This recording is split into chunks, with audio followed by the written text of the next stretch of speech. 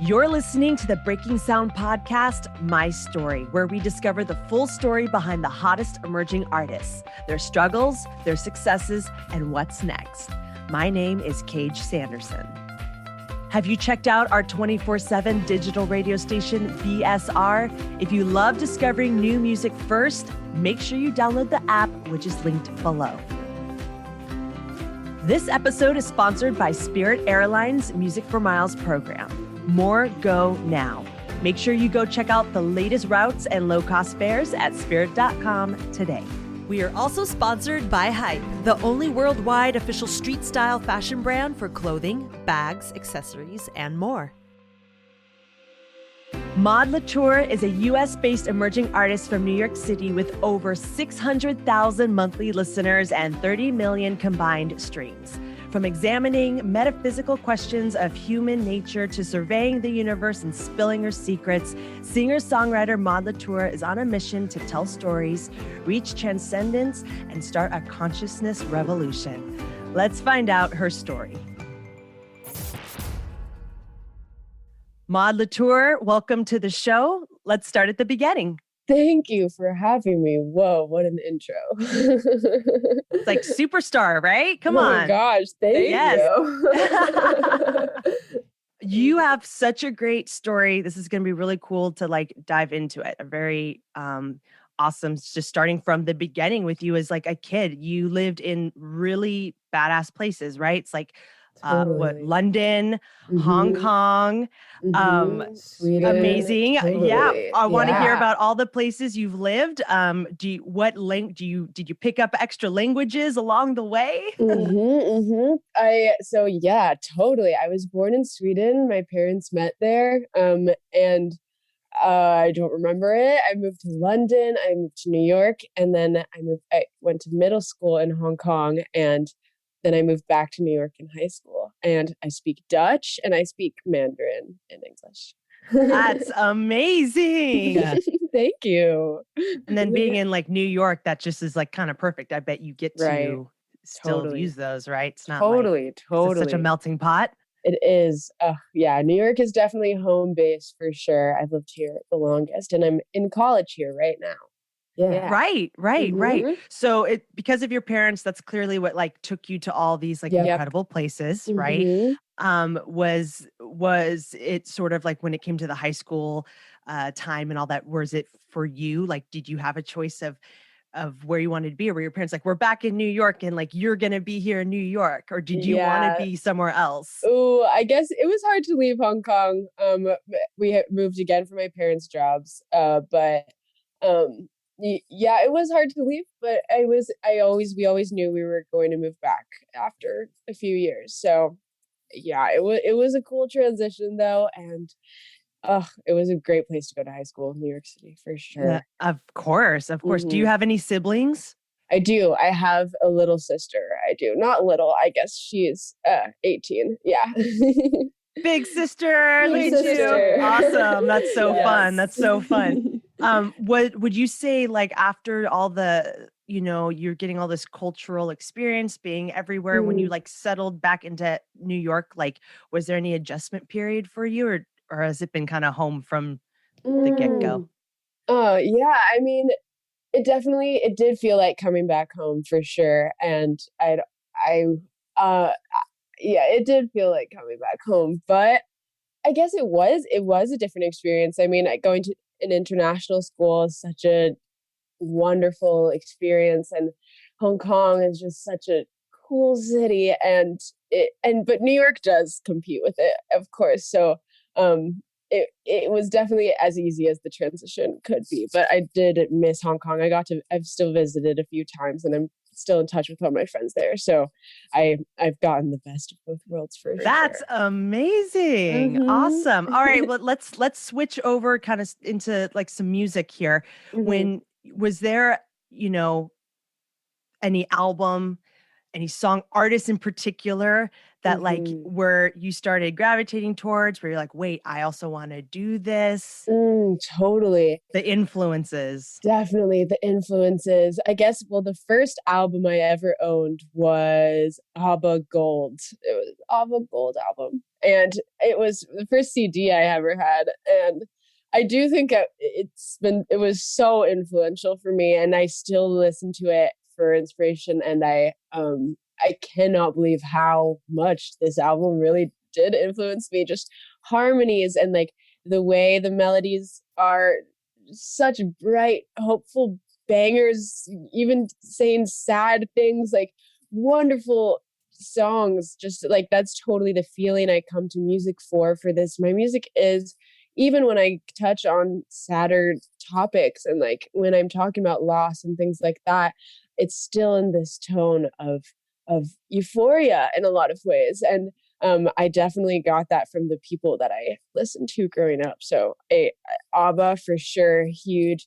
No Doubt was they're the first band I fell in love with, and so influential. Gwen Stefani, my goodness, yeah, Right. Amazing. love her so much. Lorde, of course, when I heard her, I mean, I remember the first moment I heard Royals in volleyball practice, ninth grade.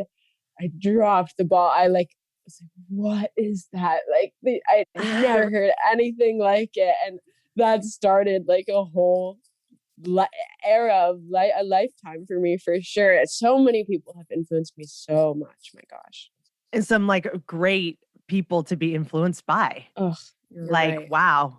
Like those are good. Yes. Like those aren't too shabby. Those are very wonderful people to draw I'm from. so glad. I'm so glad. So starting, like we were kind of digging, it was like what, second grade, and you were in a talent contest. So Oh gosh, what yeah. what did you sing? And what was at that point in second grade, before Totally, you that was discovered second Lorde grade. and all of that? Like who were So you looking up true. to then? There was no Lorde in second grade. There You're was? so right. I guess way back then, yeah, so I started playing violin. My mother made me play violin, and I wanted to sing so badly, and I would see like other kids taking singing lessons. That's what I want to do. And I joined a choir, and yes, in second grade, someone on the playground at recess was like, I'll coach you for the talent show. This girl, she doesn't know how influential she's been in my life. I have yet to tell her. But this random other second grader was like, let me teach you a song. And I was like, great. And she taught me Time After Time by Cyndi Lauper. And that was the first song I ever learned, and I sang it for the talent show. There was no competition; everyone was a winner. But it was changed my life. I have a journal entry from that day. Yeah, and I'm like, it was amazing. I wore this dress. I had like stickers on my face. It was life changing. That's so cute. I love it. And then eventually you will have to, in a either an autobiography or something, go, oh, shout out to that girl in second grade. Totally. I know. I've been wondering. I have to reach out to her. I do have to tell her soon. Great story. Great story. When did piano kick in for you?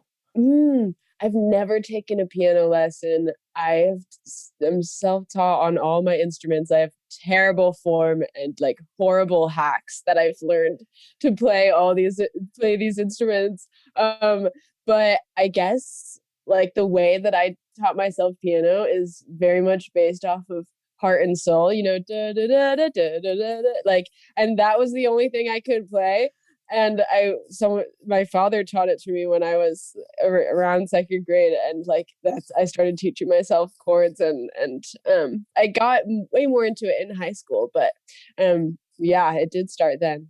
My piano skills are honestly shameful. Like if you zoom in on what I'm doing, it's terrible. It's look. I heard this, and I'm not even getting it totally right, but you'll get the gist of it. Like I heard this thing sometime back, because admittedly, I've played guitar since I was really young, and different instruments, and I know theory, but I don't know it to the extent like I want to get myself there, right? Totally. But it was funny because someone had said, they go, well, look, there's music theory, then there's the theory of rock and roll. And there is Wow. no theory in that. And it applies to pop and all of that too. And Of it's kind of true course. because if you do break down, there are tons of musicians. If you break it down, not everyone, it's okay. As long as it sounds good and there's a feeling there are no rules, right? So it doesn't matter. Totally. There As are long no as you're making rules. amazing sounding music, There like are no right on. rules. There I'm are with no you. rules. I totally agree. I'm with you. I'm also have a goal for myself to get so much better at guitar and freaking shred. So we will check in at the end of the summer. I think I'll be way girl. far ahead. Heck yeah.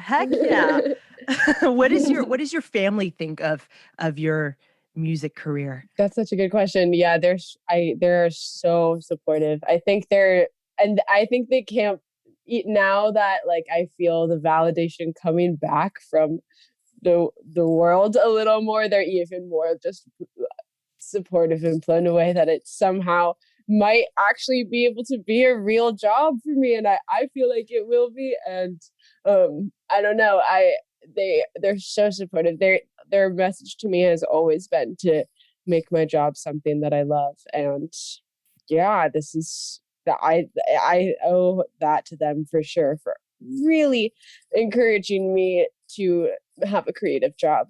They're both writers, and yeah, that's awesome. probably why I'm here. Yeah. That's great. Yeah, to have that like support, and you just can feel like free to just dive in to that creative side. Totally. Oh, that's so great. That's so great. So when you were like through your teenage years, you made your first song. What was it? Shoot and Run? Yes. So how did that project start? And who were you working with on that? Whoa. Well, that started because in the end of our senior year, we had to choose a project. It could be anything. Some of my friends got an internship. One of my friends built a guitar. One of my friends wrote like a little book, a little compilation of essays. You could literally do any project to kind of culminate, I don't know, your high school experience. And that was part of graduating. And I decided that I wanted to get one of the songs I had written produced, and I found these producers through my a cappella group, and I decided for this school project, I thought I was going to produce like 10 songs. Turned out it was hella expensive, so I was like, all right, let's do one. And it was Shoot and Run, and there was no bigger goal other than doing it for this school project. And I played it for the principal, I played it for the committee, and like the whole school came, like my whole grade and the teachers came and listened to it. And then I uploaded it to Spotify just through the online, like through TuneCore. Yeah, and that's how it all started. Wow. Yeah. That's so great. It is really crazy. And like, it's so fun talking with you about all this, because it's like you get so amped, like even in just this short time we're talking, it's like if like the visual for people, if they're just even listening and not seeing, like you get so excited about like every little detail and all the things that happen. And it's like, I can't help but like, I feel so happy. And it's it's really great. So it's really cool to see like how much, like it really is such a big thing for you. Like you are such a creative human being, and it like really comes through. It's very cool to see how like excited you are about it. No, it's really great. It's so nice. It's awesome. Once the caffeine kicks in, I'll be crazier. I feel you. When you've got Shoot and Run and you're like so stoked on it, and then obviously, all right, music, this is the thing I'm pursuing, your family supporting it. Like, was there any point though, like where you were nervous, or has it all kind of felt natural to you though? Yeah. I mean, the thing is, I didn't even have a moment where I was like, oh, this is the thing I'm pursuing.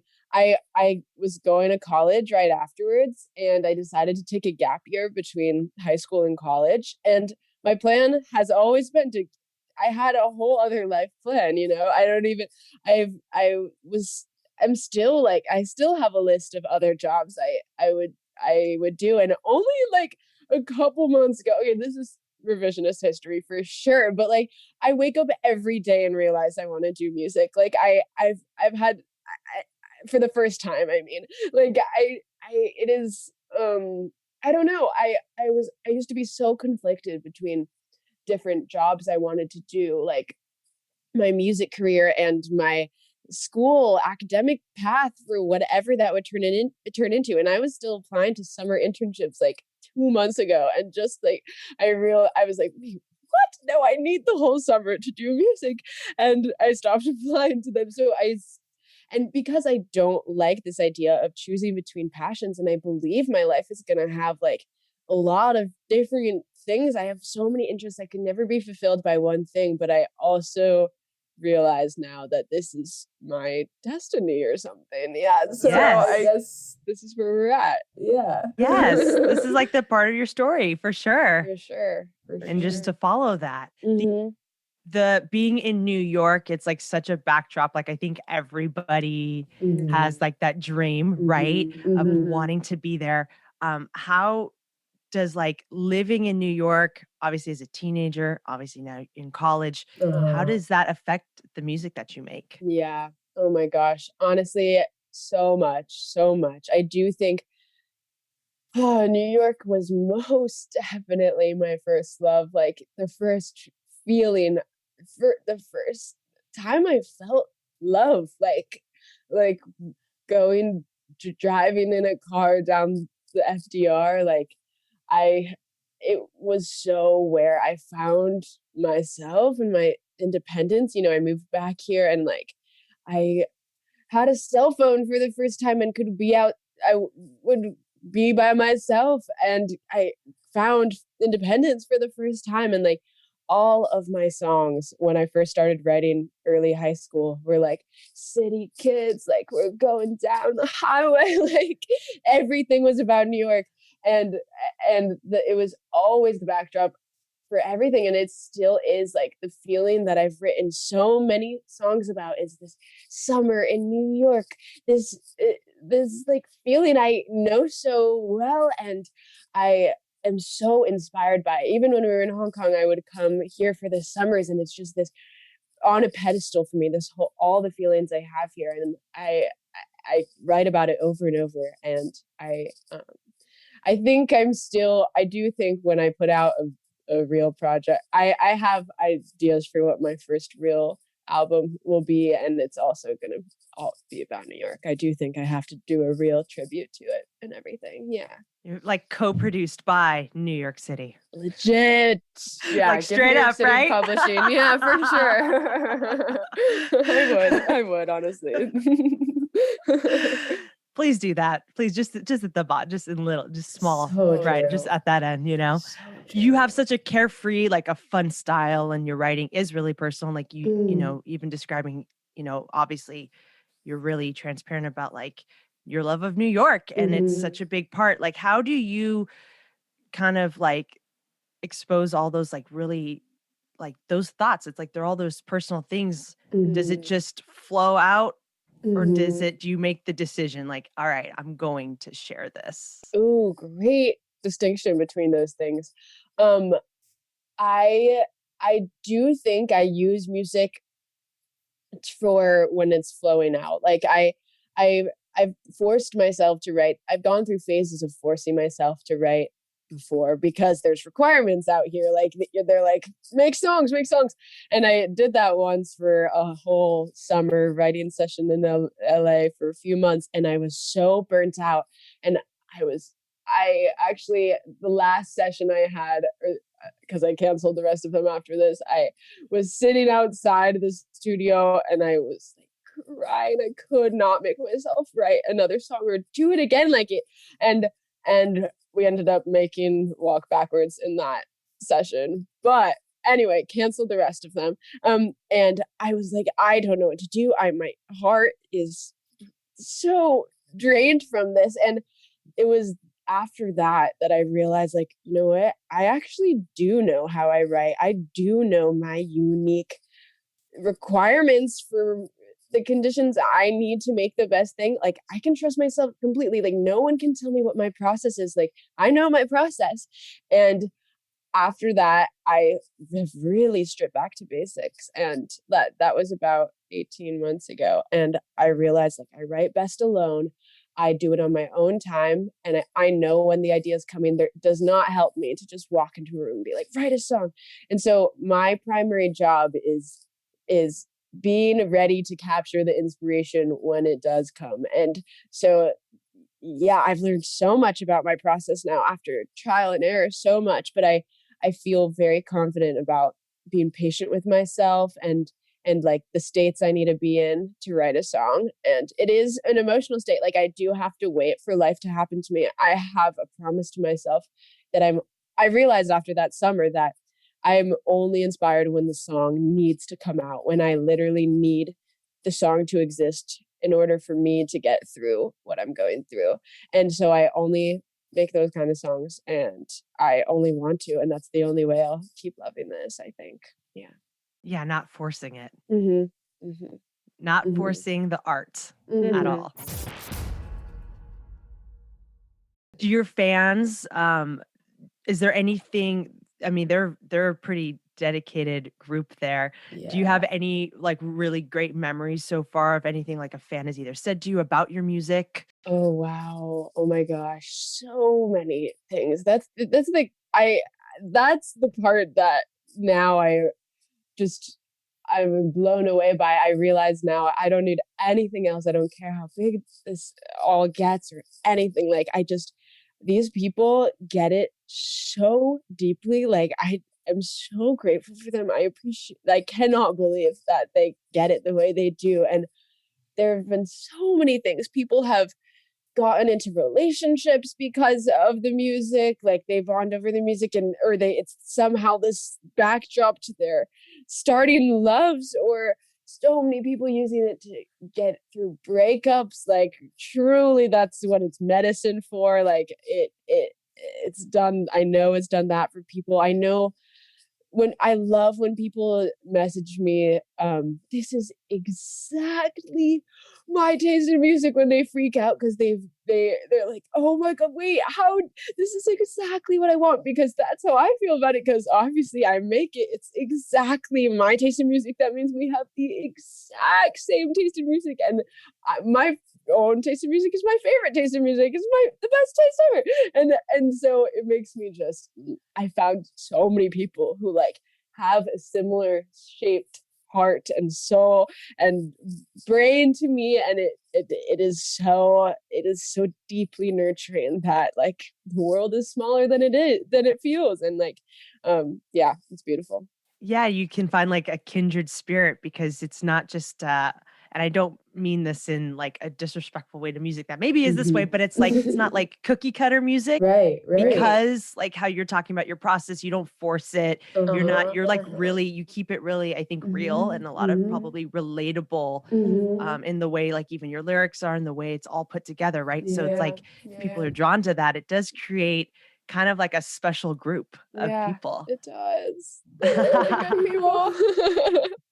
Yeah, it's nice. It's great. That's great. I just want to like touch back on like real quick before we jump into kind of the more stuff that's happening now. When you did take that like gap year, did you travel like outside of the country? Like what were you doing and how did that Totally. kind of help you even with the music? Yeah, definitely. Well, I was in LA for a bit of it.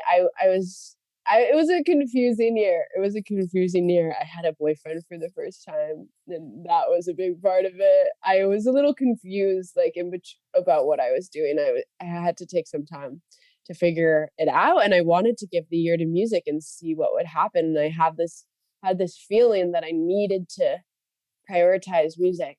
But I learned a lot through that year, just spending a lot of time alone and a lot of time really bored and really lonely. And now quarantine, like it was similar types of energy to that. The questions, like I recognized the questions that other people were in for the first time in early quarantine. Like, whoa, I was realizing after high school that there's no structure to the rest of life. You pretty much do the rest of it by yourself.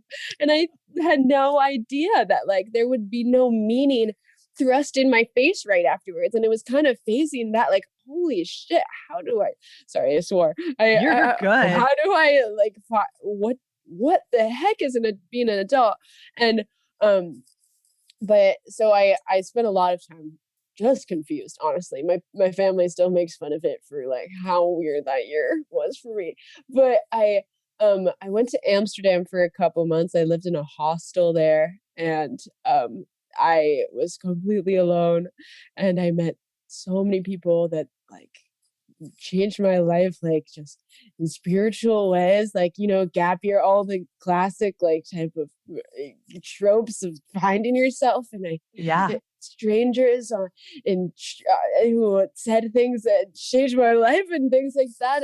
And but I was in Amsterdam. I was taking some Dutch classes. My I'm half Dutch, so I wanted to be there for a while. And I was in California towards the end of it, and that's how I met a manager. Kind of at the end of my gap year, someone Facebook messaged me, and I found a manager, and then he started introducing me to some producers. I recorded an EP called High School High, like with the same producers who made Shoot and Run, and then now it's not on Spotify anymore, but one day it will be again. But I yeah, it was just really fun trying a lot of things. I started putting out some more songs, and like, and then I record at the end of the gap year, I recorded Starsick, and then I went to college, and I kind of was like, okay, I know what I sound like now, and let's see what happens. Let me do college now. So that was kind of what happened. Yeah.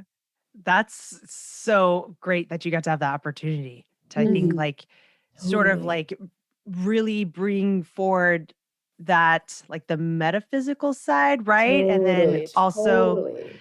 like, I feel Totally. like you have that thing where you do, it's like you definitely have this like speaking to the universe thing, right? Oh, So like beautiful. having that gap year I so gave that to agree. you. I so agree, honestly. A lot I of so adventure in agree. that one, like that 1 year sounds like 3 years with the way you Oh my describe it, gosh. you know? Yeah, I mean, you're so right. It was like going from this high school, honestly, like numbness, like autopilotness of teenage years to like realizing like my own being, like realizing I was a person of it. I did feel so numb for like high school. Maybe that's crazy. This is my that's therapy session for you right there. But and I get it. All good. yeah, like it was so there were so many religious like kind of moments and spiritual moments that, and you're so right. I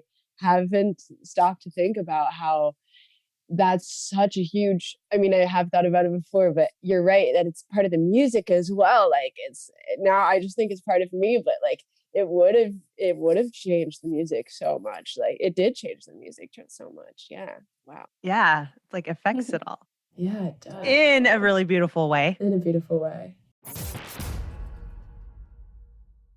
So you're in college in Columbia, right? Uh-huh. All right. And like you're doing the music, you're carrying Mhm. social life. Like, Mhm. how do you balance everything? How do you do it? I honestly don't know. It was a lot easier at the beginning, like, and it came super naturally at the beginning. Like, I came into college with this little project, and it was the perfect size to like be able to, you know, slowly work on it. And and it definitely became the like reputation that preceded me, but that was cool because I met so many musicians. I would play all my shows for those first 2 years pre-COVID, like in college, were Columbia musicians, and like bands formed by other musicians I met, and that was such a joy. And I made music videos with my filmmaker roommate best friend, and he made so many of my music videos, and my friends would come to every show, like every single show, and they shot every cover. We did photo shoots all the time. They were so involved and cared so much about this project. They came to different colleges with me to do college shows at Wesleyan and Vassar and NYU, and like it was such a part of all of our college experiences. Like we laugh about it now. We're like, what would our college experience be without this music career as our, like, it's everyone's music career, low key. But the past few weeks have been so much harder to keep up. I am actually like burnt out over Zoom. Like the Zoom school is not melding as well with it. I'm summer. There's only 2 more weeks left of class. I'm just getting through that and I'm done for the summer. Let's see. You are happens. so close. So close. And I'm So really, close. I mean, honestly, it's probably such a wonderful thing you're not doing a summer internship. You need to just go So all into that true. music, right? It'll So be such true. probably a good, like, You're right. also like a recharge Yes, for yourself. Exactly. You know, you don't have that burnt out feeling rolling into Totally. the next I can't semester. imagine. Yeah, I can't imagine. I've never done music not multitasking, like not with school at the same time. Like that, I feel like I literally haven't started yet because I can't lie. School takes up most of my time. Like I can't imagine doing music full time, and I'm so close to being able to. So I hope It's so. like also gonna probably be amazing because it's already like Supergirl balancing it all, and then it's like if you just have when you get to that point, you're done with when you're done with school, you are gonna be like 110%, and I'm sure your stoke level is gonna be like through the roof too. You're so right. Wake up, you go, I don't have to write a paper. I can can't write a song. imagine. I'm literally writing a paper after this. I literally have such a paper right yet. It's great. Oh man. Oh, okay. So you talked about these great videos. You've got such a great crew. You're like rolling through your social life, college life. You share all that everyday stuff with your fans, right? And your audience on social media. Is that like, do you feel kind of like it is important to show that through your Instagram and everything, or are there some things you try to separate? Wow, that's so interesting. I think I'm learning as I go, like I dated someone like 2 years ago or so, and now I'm like, no way will I share who I'm dating, like online, like not at all. and so I'm learning as I go for sure. And I a lot of the time I was encouraged to, because I'm fully doing 2 things at once. I think a critique that when my management would talk to people about me, they're like, oh, but she's in school, like she's not really doing this. Let me know when she's drops out of school. Like, and so at first, like people would tell me not to post a lot about school and to not seem like I'm with my friends all the time, and kind of be like, don't tell people you're in school. Don't tell me. But now I've kind of overrode them always. And now I do think that a lot of my followers really feel seen in my music and in my story, in my life, because I'm actually writing about like being in college, and I'm literally writing about getting through this right now. I mean, my music is me getting through it right now and learning from it. And I think it's so important to my story. Like the fact that I have other passions, and the fact that like I'm going to college parties. Well, not anymore. But all of it, like it is so the essence of the songs. And I think it's so important to the people who love the music. I do think so. Yeah. It makes them feel it's relatable, makes them feel like they can connect with you, makes them feel like they are like your friend without, even if you guys never met, right? Totally. Like, she's just like me. She wants to do all these things. Oh, that's so cool. Cause I'm sure you definitely I'm sure you have a lot of people who literally either want to do or are doing what you are doing, and they're following along with you. And it makes them,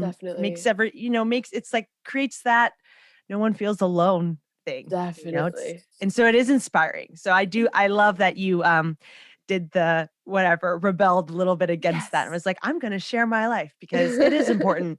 I think, people need other people to look to for like that validation of like, oh, what I'm doing is okay. Yeah. Yeah, definitely. And also that it's important for me to even reject the cookie cutter. life of a musician too. Like I don't have to have a life that's like every musician either. Like I I can break any rule I can choose. Like I think the best artists do that. Like, of course I can have multiple passions. Like literally no one, you can literally do whatever you want. True. True. Retweet. Retweet Yes. that. I'm here for this. Would you say like COVID in the last year, did it help or I would say it probably didn't sound like it negatively impacted you because it kind of gave you maybe more time. But in what ways would you say were the biggest effects to Yeah. to your music? Yeah. Oh, so many layers. So many layers. What a crazy thing we're living through. What? How horrible. It's actually horrible. We're still gonna have to we're gonna reflect on this for so long. Like Long just time. a long time. And even the loss that we've all just internalized like somewhere in our bodies, like it's of I don't even know, it just becomes so accustomed to like these numbers and it's I obviously it's so enormous.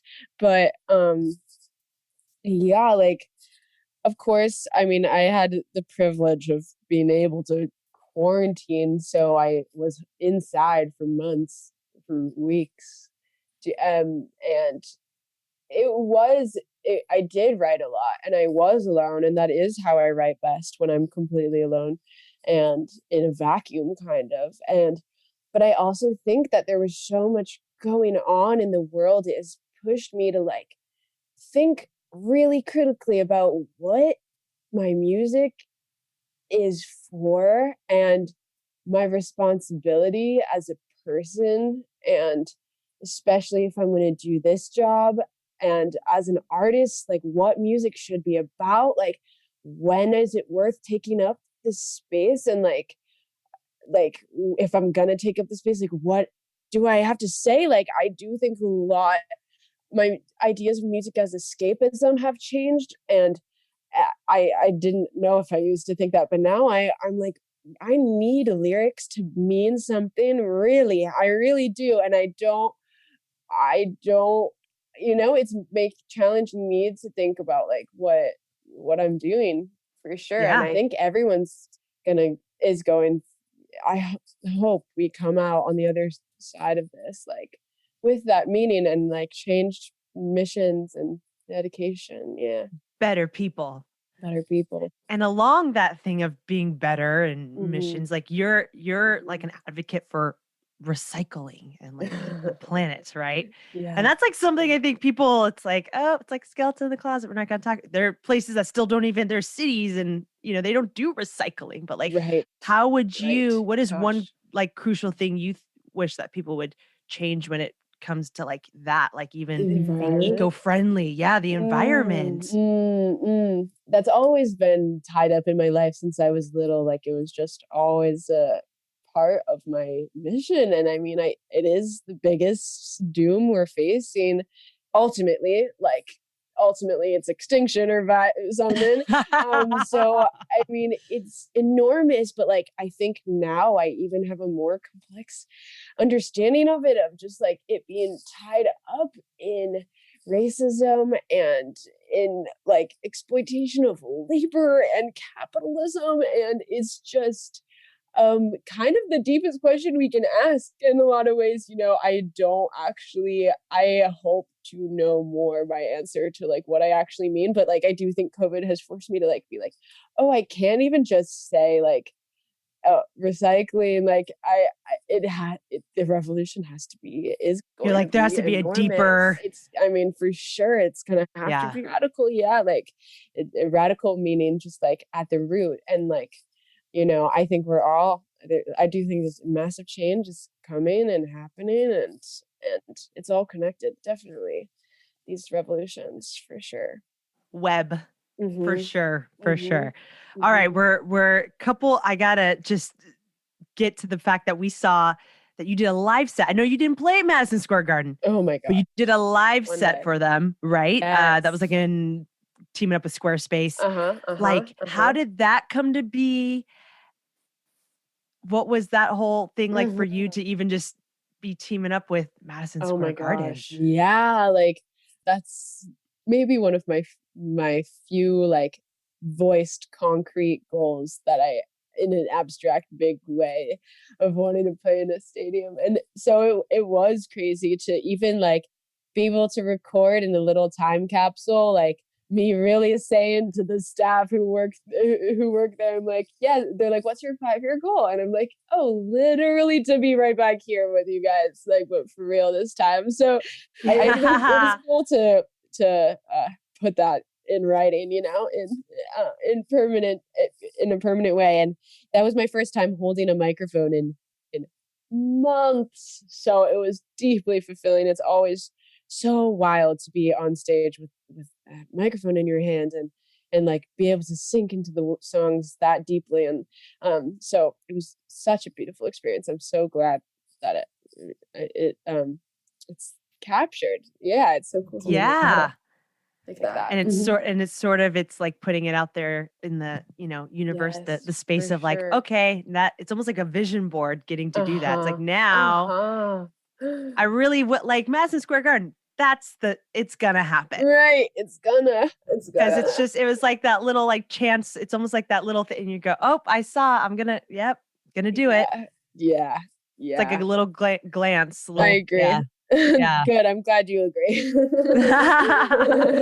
We'll be doing this again in like 5 years, right? That 5 year you're talking about, we'll be like, oh, remember that time? See, there you go. Yes, we will. Rad. So what's